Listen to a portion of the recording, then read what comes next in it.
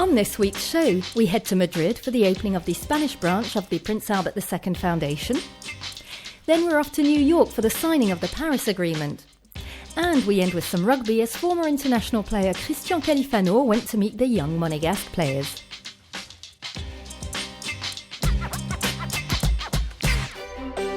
But first, some political news. Christophe Steiner was elected as president of the National Council. He will replace Laurent Nouvion, who is the first president to not be re-elected during his mandate.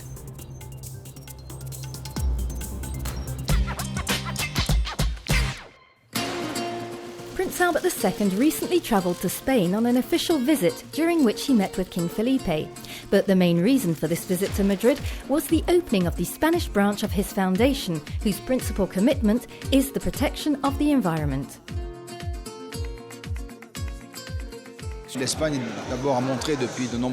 Spain has shown its good intentions in terms of the protection of the environment for a number of years now, not only with protected sea areas, but also parks on land. And Spain is also a big Mediterranean country. The Prince Albert II of Monaco Foundation is expanding the international reach of its message and its mission with the creation of this Spanish branch. It is now present in 9 different countries, including France, Great Britain, the United States and Singapore.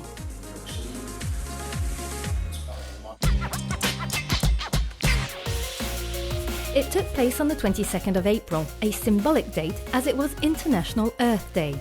175 countries officially signed the Paris Agreement at the United Nations headquarters in New York, an agreement that was finally reached with some difficulty in December during the COP21. One after another, the countries spoke about their commitments, including Monaco, which was represented by its Minister of State, Serge Tel.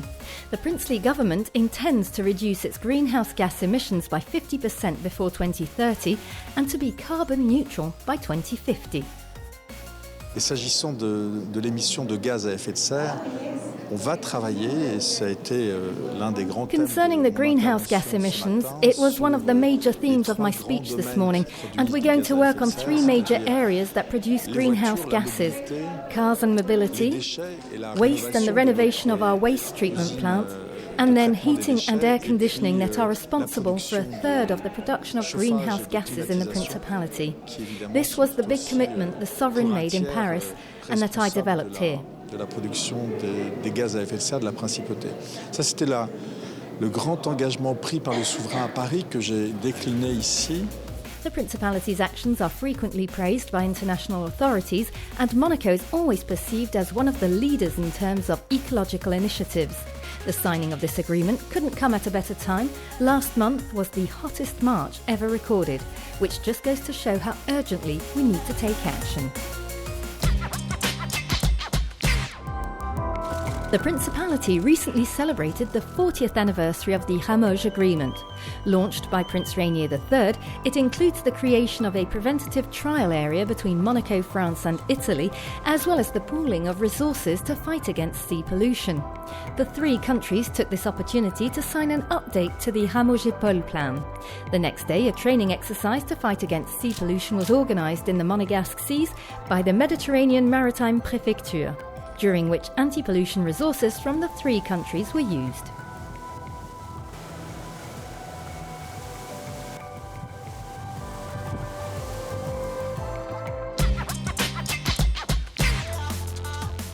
We end with some rugby. Former French international player Christian Califano joined in with the young players of the AS Monaco Rugby Club during a training session near the Principality.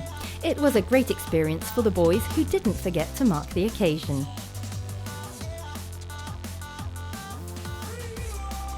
C'est un retour aux sources pour nous. It's a return to my roots. I mean, you spend some time with the older lads too, but this is really special. It's a great generation. You always get the same questions. What must you do to become a professional? How does it work? What's the best position? I try to convince them it's prop, of course, but everybody wants Johnny Wilkinson's position. The problem is they take one look at the ears and say no, but I enjoy coming to share and have a great time. Rugby is one of the big sports in the Principality, especially as next June the qualifying Olympic tournament for the Rio Games will take place in the Principality. Time to go. See you next week.